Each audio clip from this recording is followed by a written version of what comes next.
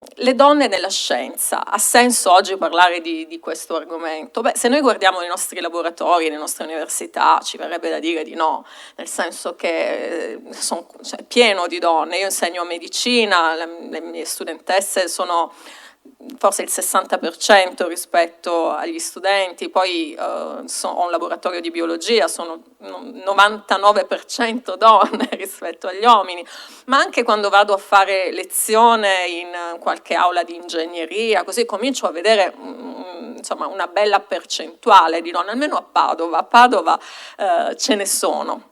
Magari non in tutte le ingegnerie, ma insomma ce ne sono. Allora, qual è il vero tema? Il vero tema è spingere le ragazze a studiare le STEM? Sì, senz'altro, questa è una cosa importante. Però, signori, non è più solo questo.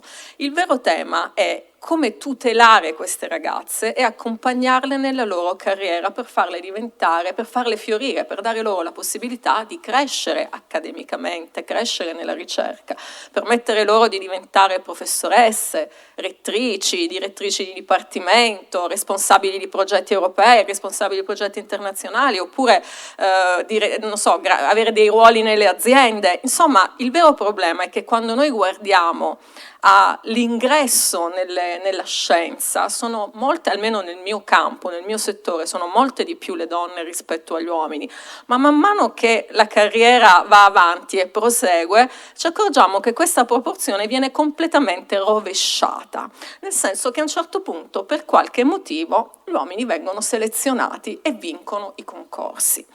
Allora, questo potrebbe starci se noi partissimo dall'idea che le donne sono meno intelligenti degli uomini, cioè se noi diciamo, signori, abbiamo un cervello diverso, questo è quello che noi riusciamo a fare, siamo meno dotate dal punto di vista intellettuale, allora ci potrebbe stare questa spiegazione. Poiché le neuroscienze oggi, nonostante tanta letteratura scientifica abbia cercato di dimostrare che uomini e donne hanno un cervello diverso, che pensano in maniera diversa, che ci sono attitudini e capacità diverse, grazie alle neuroscienze moderne, oggi noi possiamo dire tranquillamente che il cervello non ha sesso, che non ci sono capacità diverse tra uomini e donne, che non ci sono abilità differenti, ma che il nostro è un cervello plastico che viene plasmato dall'ambiente, quindi è l'ambiente che determinerà moltissimo le nostre propensioni, le nostre capacità, come noi risponderemo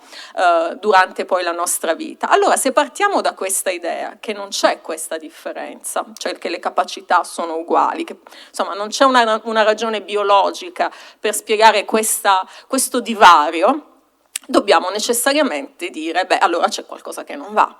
Perché se tante donne iniziano il percorso scientifico e poi ai vertici abbiamo solamente gli uomini, ci devono essere delle ragioni che dobbiamo identificare e dobbiamo cercare di combattere. Combattere perché? Perché questa è una discriminazione bella e buona, cioè noi saremo tranquilli e potremo dire che non c'è più discriminazione quando avremo un 50% di persone che si occupano in tutti i campi, anche le posizioni apicali, appunto di fare direttori di dipartimento, direttrici di dipartimento, rettori e rettrici e così via. Ora, quali possono essere le ragioni? Le ragioni sono, secondo me, principalmente tre. Una va cercata negli stereotipi di genere che esistono e di cui ora parleremo, l'altra va cercata nei bias culturali proprio che esistono nella società e infine c'è un ruolo molto importante anche dato da quello che viene chiamato il confidence gap, cioè il fatto che le donne facciano un po' più fatica a imporsi, a credere in se stesse. Io non credo che questa sia la causa principale, ma discuteremo oggi nel mio intervento di tutti e tre questi punti. Allora, partiamo dagli stereotipi di genere. Stereotipi di genere, per darvi un'idea di che cosa sto parlando, vi faccio due esempi. Il primo viene proprio dalla tecnologia. Quando nascono le assistenti vocali, dico le Perché le prime assistenti vocali, Alexa e Siri, nascono con il genere femminile, nascono come donne, hanno voce femminile, nome femminile, hanno una voce anche suadente. Scusa, non ho capito la domanda. Oppure, certo, come posso aiutarti? Quindi servili, disponibili, alzano e abbassano le tapparelle, spengono le luci, sono lì pronte per i nostri bisogni. Beh, fantastico, uno potrebbe dire, ma non c'è nessun bias, non c'è nessuno stereotipo di genere qui, c'è semplicemente che la voce femminile è più bella e si è deciso che tutta l'intelligenza artificiale, tutta la tecnologia sarà donna. No? Sarebbe bella questa cosa. Ahimè non è così, perché mentre nascono Alexa e Siri, appunto Alexa che alza e abbassa le tapparelle, nasce Watson. Watson ha nome maschile, voce maschile, non alza e abbassa le tapparelle, ma suggerisce gli investimenti finanziari. Allora questo già ci dice che l'intelligenza artificiale, la tecnologia parte già con un punto di vista estremamente rigido e stereotipato. Se ci dobbiamo occupare di casa, cura, assistenza, così, allora serve che la macchina assuma il genere femminile. Se invece ci dobbiamo occupare di selezione del personale, direzione, economia, sicurezza, così il genere sarà maschile. Perché una macchina assume un genere? Una macchina assume un genere perché il genere non ha niente a che fare con la biologia. Il genere è cultura, il genere è storia, il genere è quello che noi applichiamo alla biologia. Il sesso biologico è determinato negli esseri umani dai cromosomi, gli ormoni, la forma dei genitali, tutti insieme concorrono a determinare il sesso biologico. Il genere non ha niente a che fare con tutto questo. Vedete, io oggi, non so, sono truccata, ho gli orecchini, gli anelli. A voi sembra normale, potevo venire struccata, cioè, ci sono tante donne che non si truccano e non vi avrebbe creato problema. Però se io, professor Antonello o Antonio Viola, fossi arrivato qui come uomo, un maschio, con orecchini, trucco in faccia, tacchi, gonna e così, qualcuno avrebbe detto, ma cioè non ci avrebbe fatto caso, forse i giovanissimi, però sono sicura che qualche battutina sarebbe, no? Un po' di ilarità nella sala ci sarebbe stata. Ha questo qualcosa a che fare con i miei cromosomi? No, non c'è nessuna ragione per cui una donna che ha un cromosoma X o un cromosoma Y debba potersi truccare e un uomo no. Basterebbe andare nella Francia del 1600, gli uomini si truccavano, avevano grandi parrucche, avevano i tacchi. In questo momento storico questa cosa è un costume che viene attribuito al sesso femminile, non a quello maschile, ma potrà cambiare ancora. Non ha niente a che vedere con la biologia. Parlando di cose più serie, se 100 anni fa noi avessimo detto che per le donne è normale essere dirigenti di industria, politiche, astronaute, beh, 100 anni fa questa sarebbe sembrata una barzelletta, giusto? Cioè, oggi per noi questa è una cosa normale, perché il genere cambia, i ruoli di genere cambiano con la storia. E ricordiamoci che però questo vale qui e ora, perché ci sono luoghi del mondo in questo preciso momento in cui alle ragazze è impedito studiare, è impedito lavorare, è impedito persino parlare in pubblico. Ecco che allora il genere davvero non ha niente a che vedere con la biologia, è semplicemente una costruzione culturale. E se è così, le macchine ovviamente possono assumere un ruolo di genere, possono essere uomini o donne, possono essere disegnate col corpo femminile o col corpo maschile. E però qual è il vero rischio di tutto questo? Che se noi non stiamo molto attenti nella gestione di questa grande innovazione che è la tecnologia, l'intelligenza artificiale, i robot, umanoidi e così via, noi rischiamo di portare all'interno tutti gli stereotipi di genere che danneggiano le donne. Per venire a qualcosa di più vicino al tema dell'accademia e della ricerca, vi voglio parlare degli stereotipi di genere legati agli scacchi. Perché gli scacchi? Perché, forse lo sapete, i grandi maestri sono tutti uomini, donne sono poche decine, gli uomini sono un paio di migliaia. In genere si pensa che gli uomini siano più bravi a giocare a scacchi, è un'idea che c'è, al punto tale che, forse immagino lo sappiate, ci sono tornei maschili e tornei femminili. Cioè, vi rendete conto? Ci avete riflettuto? Questa non è una cosa da poco. Perché ci deve essere? Non stiamo parlando del braccio di ferro, che vabbè, e lo sappiamo tutti che gli uomini sono più forti, più massa muscolare, quindi ci sta che gli sport siano separati. Ma stiamo parlando di scacchi, logica, razionalità, costruzione strategia, cioè, eppure sono divisi, non sono solo divisi. L'anno scorso la Federazione Internazionale degli Scacchi ha escluso con un decreto le donne transgender dalla competizione, appunto, nei tornei femminili. Vi rendete conto degli stereotipi che ci sono dietro a questa decisione? Significa che per qualcuno essere stati esposti per un periodo più o meno breve della propria vita al testosterone costituisce un vantaggio nel gioco degli scacchi e quindi non possono competere con le donne che, poverine, il testosterone non l'hanno mai visto nella loro vita e quindi sono meno intelligenti, hanno meno capacità di logica. Cioè, l'anno scorso è successo questo, quindi non so se ci rendiamo conto di che cosa significa. Proprio partendo da tutto questo, una mia collega, Anne Maas, una psicologa a Padova, organizzò un esperimento bellissimo.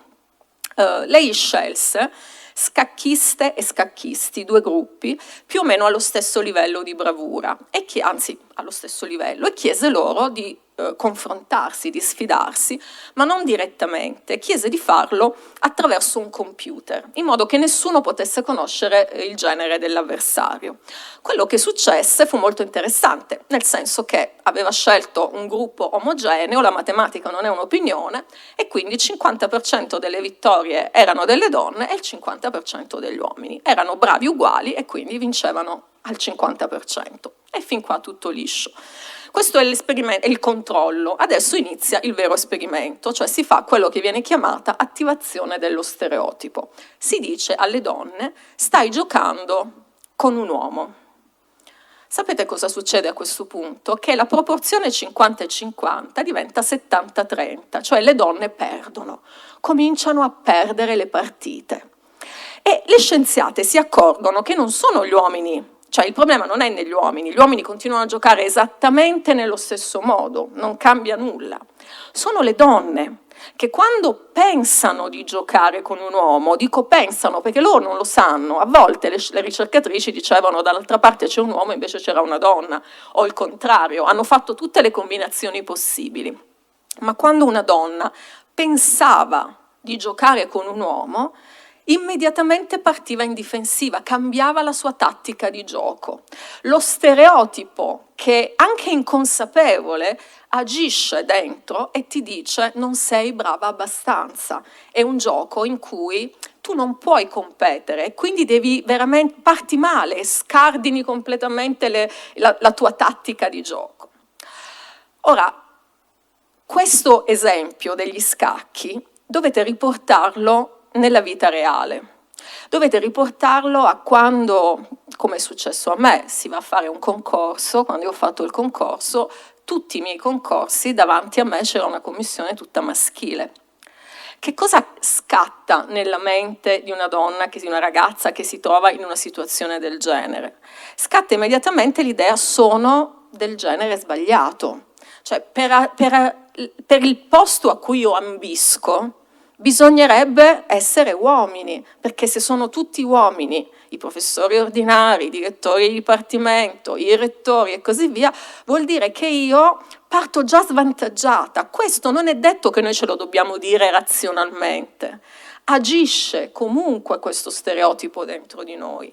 E questo è il motivo per cui le commissioni di laurea, le commissioni di dottorato, le commissioni dei concorsi, le commissioni in Europa, io ho fatto parte per molti anni del comitato di valutazione dell'ERC, dell'European Research Council, Ed era fondamentale che ci fossero delle donne all'interno, perché altrimenti immediatamente scatta nella candidata questo bias, che è stato dimostrato in maniera elegantissima dall'esperimento delle psicologhe di Padova con le scacchiste e gli scacchisti.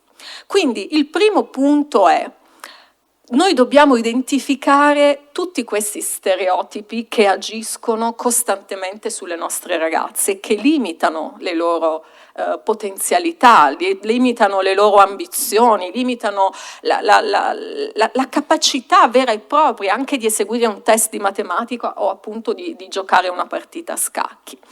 Lo stereotipo è un'idea preconcetta, una raffigurazione rigida e spesso errata di una parte della realtà, e questi vanno identificati, fanno parte della natura ovviamente, ma vanno identificati se vogliamo fare in modo che le ragazze che iniziano a studiare le materie scientifiche, così come che intraprendono qualunque carriera, abbiano la possibilità di giocarsela alla pari con gli uomini. Non è facile, perché sin da quando si è bambini questi stereotipi agiscono sulle nostre ragazze. Il secondo punto però è quello di capire il tema culturale in cui ci muoviamo. Cioè, esistono degli stereotipi di genere, abbiamo visto, ma ci sono anche una serie di bias culturali che vanno ad agire sui ragazzi e sulle ragazze nella selezione dei nostri ricercatori, delle nostre ricercatrici. E io qui, questo è un tema delicato, sa Rettore, è un tema molto delicato, perché io dirò una cosa forte, so che è forte, ma mi assumo la responsabilità di dirla. Noi dobbiamo cambiare un po' le regole dei nostri concorsi, perché, ripeto, se facciamo i concorsi e vincono sempre gli uomini, partendo dall'idea che gli uomini non sono più intelligenti delle donne, vuol dire che qualcosa c'è che non va nei criteri di valutazione che noi usiamo. E vi faccio una serie di esempi per farvi capire come questi criteri di valutazione possano essere alterati. Sono stati fatti una serie di esperimenti con l'intelligenza artificiale. Quando è nata l'intelligenza artificiale, una delle sue applicazioni è stata quella della selezione del personale. Perché? Perché si pensa, chi meglio dell'intelligenza artificiale può essere neutrale, e quindi a fare una selezione del personale che non risente di nessun tipo di bias. Ecco, non voglio dire, ma bisogna veramente avere una scarsa conoscenza di come funziona l'intelligenza artificiale per arrivare a una considerazione del genere, ma ci arriviamo a quel punto. Allora, che cosa si è visto invece? Si è visto invece che le intelligenze artificiali, si è scoperto col tempo che sono sessiste, che sono omofobe, che sono razziste, di tutto di più, e ci sorprende questo? No, non ci può sorprendere, perché l'intelligenza artificiale è fatta, si nutre di dati, si consuma dati, e se la nostra storia, cioè i dati con cui nutriamo l'intelligenza artificiale, è fatta di sessismo, di razzismo, di omofobia, di violenza, è ovvio che l'intelligenza artificiale riporta tutto questo poi nei suoi programmi. Se a questo aggiungiamo che nella programmazione, c'è un 73% di presenza maschile rispetto a quella femminile, allora è chiaro il quadro, nel senso che da un lato c'è una storia che ci penalizza, dall'altro c'è una mancanza di sensibilità probabilmente da chi sta operando in quel momento, è davvero una mancanza di sensibilità, non è una donna in questo momento che sta facendo la femminista per niente. Ricordiamoci, siamo tutti maggiorenni. Mi perdona se dico una parolaccia in un'aula accademica, posso dirla? Dovrei dirla per farvi capire che cos'è. Non la dico, perché sennò il rettore poi non me la fa passare. Ma insomma, nella prima versione di Siri, se voi aveste rivolto un insulto pesantemente sessista a Siri, io lo dico togliendo la parolaccia, ma ve la potete immaginare: Siri, sei una prostituta? Siri avrebbe risposto così: se potessi arrossirei. Cioè avrebbe flirtato con voi in risposta all'insulto sessista che le stavate rivolgendo. Ora, chi ha disegnato questa risposta? Cioè, voglio dire, basterebbe questo caso per far capire quanto sia importante che ci siano delle donne a prendere le decisioni quando si decide come deve rispondere un algoritmo a un insulto. E sono state necessarie le proteste dei movimenti femministi per cambiare questo insulto, perché all'inizio era questo lo standard: flirtare contro chi ti stava attaccando con violenza, chi ti stava umiliando, chi ti stava offendendo, che è quello che ci si aspetta, no? Dalle donne, perché altrimenti sono sempre arrabbiate e chissà perché, che cosa vogliono, no?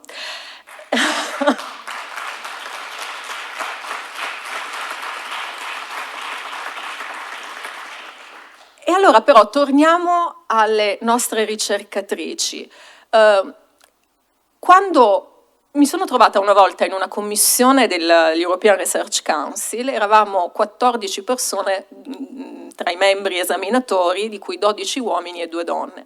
E ricordo che questa volta ci stavamo analizzando il curriculum di una ricercatrice pazzesca, aveva un sacco di pubblicazioni, Grant, bravissima.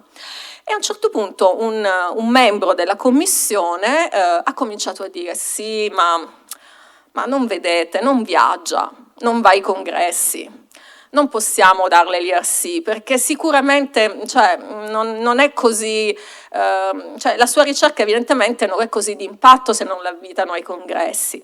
Ecco, io ricordo che quella volta ho proprio tenuto la commissione fino alle 10 di sera in quella stanza senza farli uscire, cercando di difendere la collega.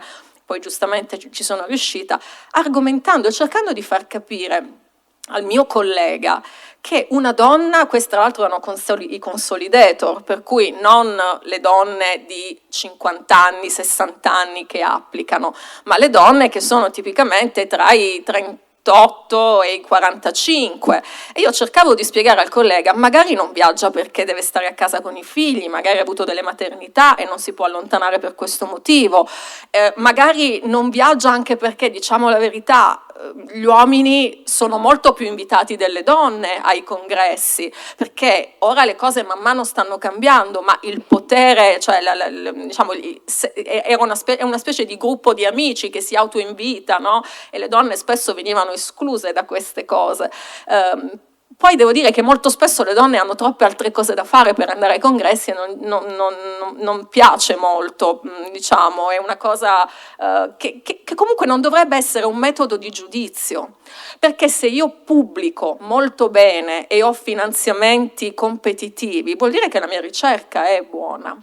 E allora questo è un altro criterio, no? Questo è un esempio di come i criteri siano stati disegnati per favorire in qualche modo la carriera maschile. Se noi non teniamo conto del fatto che le donne nella nostra società hanno un ruolo importante nella cura, che sia di un genitore anziano, che sia dei figli, ci sono tutta una serie di situazioni che ci costringono, non è che noi lo scegliamo, ma ci costringono, a volte si sceglie per carità, ma spesso si è costretti perché così è la società, così è stata impostata. Non possiamo non tenerne conto quando facciamo la selezione del personale. E vi dicevo prima, mi ero persa, l'intelligenza artificiale nella selezione del personale. Beh, è stato chiaro che preferivano gli uomini. Perché? Perché il programma era stato impostato preferendo l'uso di alcuni linguaggi, di alcune parole. Per esempio, gli uomini usano più spesso la parola competizione, le donne usano più spesso la parola collaborazione. Allora basta che io do più punteggio all'una o all'altra, ecco che cambierà il risultato finale. Le donne difficilmente usano io sono la più eccezionale, la più brava. È stato fatto uno studio nel mio campo, nelle materie scientifiche, ed è stato dimostrato che, a parte che è facilissimo capire se uno studio è stato scritto da un uomo o da una donna. Perché? Perché gli uomini usano molto più parole tipo rivoluzionario, prima volta in assoluto, super innovativo, no? Groundbreaking, queste cose così, mentre difficilmente le donne lo usano. Perché difficilmente lo usiamo? Perché facciamo fatica a dire che questo risultato è eccezionale, che la mia idea è la migliore idea che tu possa finanziare? Perché c'è quella storia del confidence gap, che ci limita sin da quando siamo bambine e che l'esperimento della partita degli scacchi ha mostrato perfettamente. È proprio un problema di non avere abbastanza fiducia in noi stesse. Ma signori, noi non è che non abbiamo fiducia in noi stesse perché nasciamo così. Non è nel cromosoma X questa caratteristica, sta nell'ambiente che fa sentire le bambine fragili, insicure, che devono essere perfette, che prima... Sapete che le donne per rispondere a un'offerta di lavoro è necessario che, coprano l'80% dei requisiti richiesti, gli uomini il 60%. Questo è anche interessante, cioè una donna risponde solo se corrisponde perfettamente alla descrizione del lavoro, l'uomo più o meno, ma fanno bene gli uomini, perché poi c'è adattabilità. Non sto dicendo che sbagliano gli uomini, stiamo dicendo che noi chiediamo troppo a noi stesse, cioè dobbiamo essere super perfette per metterci in gioco. Da questo punto di vista anche tutta la comunicazione che è stata fatta e che viene giustamente fatta su Marie Curie, e certo Marie Curie è stata meravigliosa, eccezionale, ma non abbiamo bisogno di essere come Marie Curie per meritarci di fare ricerca, no? Cioè noi dobbiamo avere il diritto di essere normali e con la nostra normalità e la nostra serietà e il nostro impegno portare avanti il nostro lavoro. Non è che dobbiamo per forza essere così, perché ai nostri colleghi di sesso maschile non viene chiesto a tutti di essere dei premi Nobel, gli viene chiesto semplicemente di lavorare. Quindi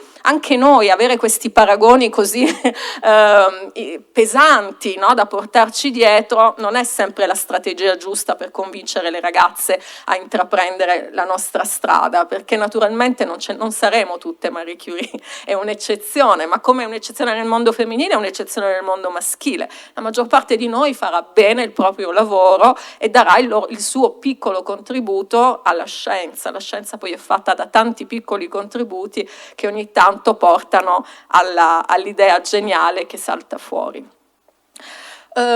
Voglio chiudere il mio intervento su un tema che a me sta molto a cuore e che è il vero tema, secondo me, di cui dobbiamo occuparci noi che ci occupiamo di scienza, che è quello della Gendered Innovations.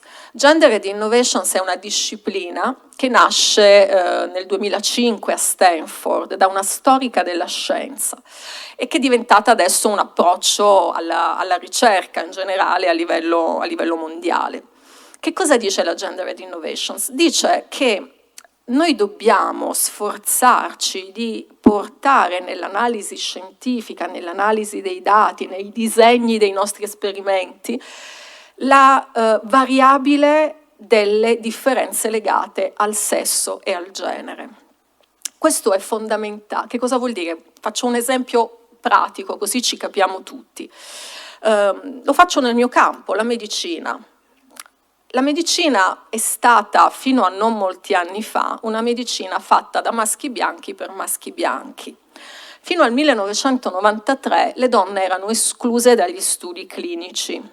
Cosa vuol dire? Vuol dire che le aziende farmaceutiche dovevano testare un nuovo farmaco, una nuova terapia, lo testavano negli uomini. Studiavano gli effetti collaterali, la tossicità, l'efficacia, tutto il profilo così, dopodiché veniva approvato il farmaco e si usava anche nelle donne. Okay? Partendo da, non lo so se da un lato una mancanza di conoscenza, cioè pensare che siamo uguali, che non abbiamo differenze, dall'altro anche perché diciamo che questa cosa era nata con l'idea che bisognasse evitare di fare sperimentazioni cliniche nel corpo femminile perché un giorno una donna poteva dover avere una gravidanza. Però con questa cosa, con questa scusa, praticamente di nuovo hanno deciso per noi, perché in sperimentazione clinica ognuno sceglie se partecipare o non partecipare, ma a un certo punto un gruppo di uomini ha deciso che le donne non dovevano scegliere, che le donne dovevano essere escluse in nome di una gravidanza futura e che quindi si sarebbero dovute adattare ai farmaci sperimentati negli uomini. Questo ha delle conseguenze pazzesche, farmaci ritirati dal commercio per tossicità. 8 su 10 farmaci che sono ritirati dal commercio sono ritirati per tossicità sulle donne. Perché? Perché non siamo uguali. Oggi lo sappiamo, la fisiologia, la medicina è nata studiando il corpo maschile, perché solo gli uomini studiavano medicina, andavano all'università e si facevano le misurazioni tra di loro, oppure lo facevano grazie all'esercito, ai militari, che però di nuovo erano solo uomini. Quindi c'è stata a lungo una grande ignoranza sul corpo femminile. Noi oggi sappiamo che il corpo femminile è completamente diverso da quello maschile quando parliamo di malattia, di farmaci, di terapia. Abbiamo non solo dimensioni diverse, ma abbiamo proprio funzionalità diverse. Il sistema immunitario, io sono un'immunologa, Carlo è un immunologo, il sistema immunitario della donna è diverso da quello di un uomo. L'80% dei pazienti che soffrono di malattie autoimmuni sono donne. 8 su 10 pazienti malati di tutte le malattie autoimmuni che potete immaginare, 8 su 10 sono donne.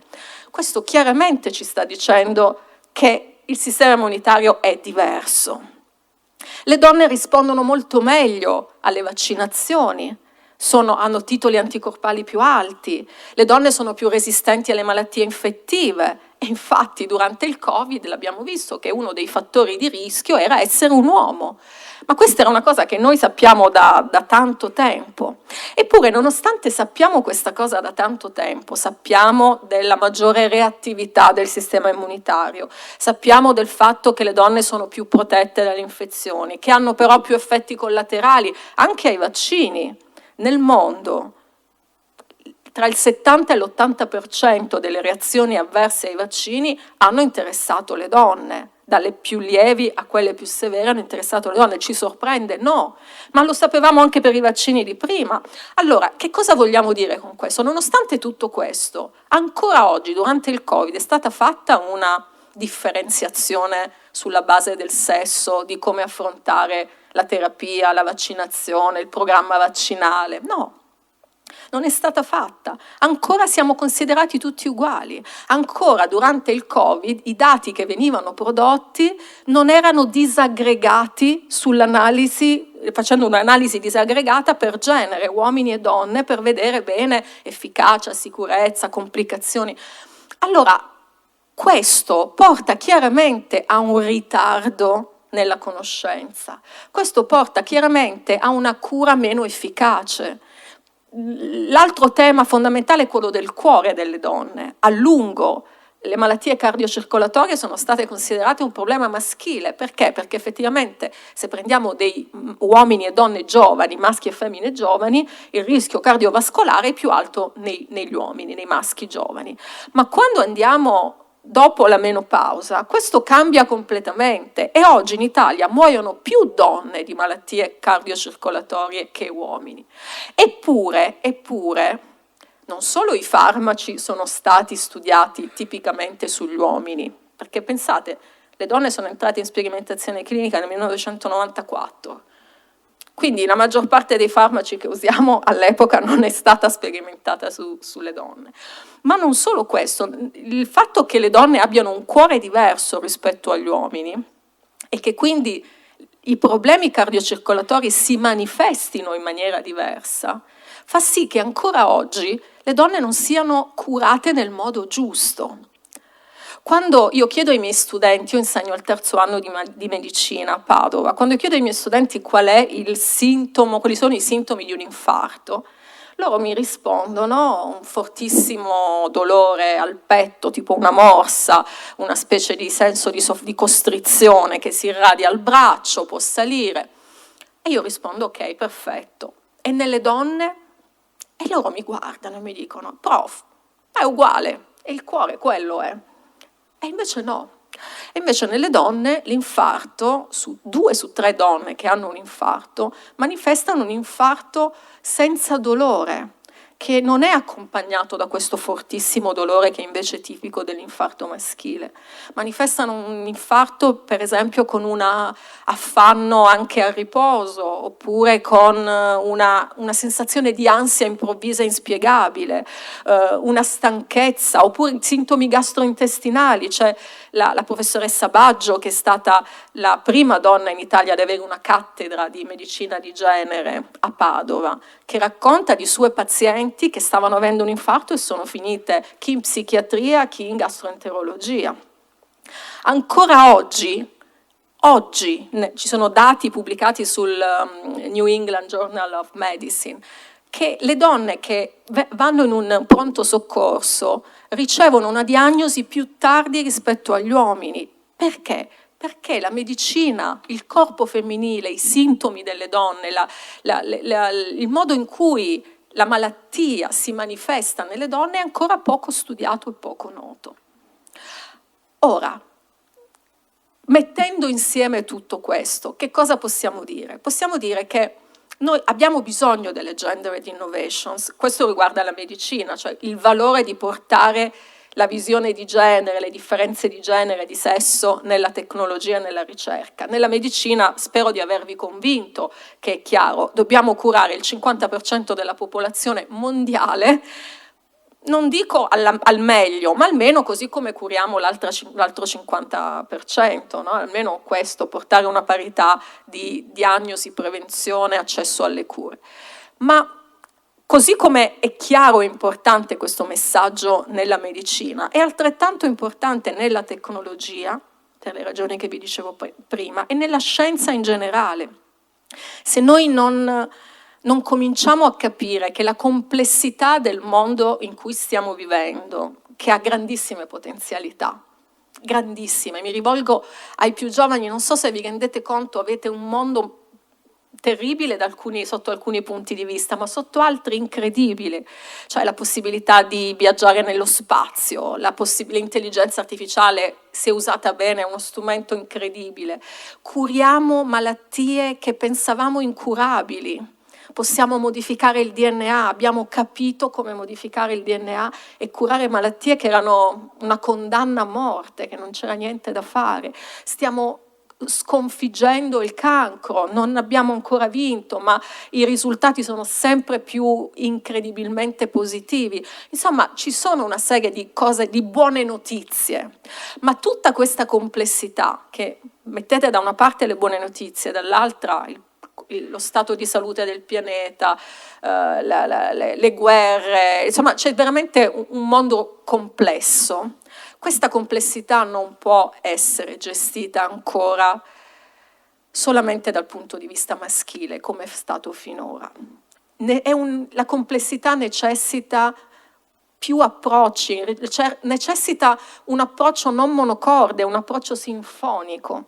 Ed ecco che quindi è importante che le ragazze studino, che le ragazze accettino la sfida di imbarcarsi anche in imprese che saranno difficili, perché si troveranno in ambienti magari un po', non dico ostili, no, ma sicuramente in cui non sarà facile per loro andare avanti, e quindi questo è importante, è un messaggio importante da dare, ma dall'altra parte noi che siamo un po' più anziani, noi dobbiamo fare in modo di costruire una serie di tutele per queste ragazze, per far sì che poi non è che arrivano al postdoc e devono abbandonare perché non riescono a conciliare la famiglia col lavoro, perché non vincono i concorsi, perché vedono sempre altri che passano davanti. Dobbiamo fare in modo di poter dire a queste ragazze: credete nel vostro futuro, studiate la scienza, perché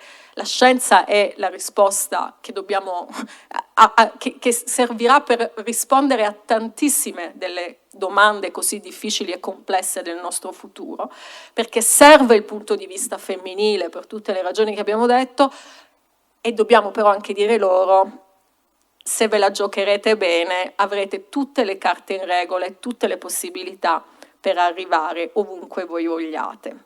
Oggi non sono sicura che possiamo dire esattamente ancora questo, e questo è colpa della nostra generazione. Quindi l'invito è duplice: ai giovani, ma soprattutto a noi. Dobbiamo un po' modificare le regole del gioco per aiutare le ragazze a poter essere competitive, libere da condizionamenti ambientali. Grazie.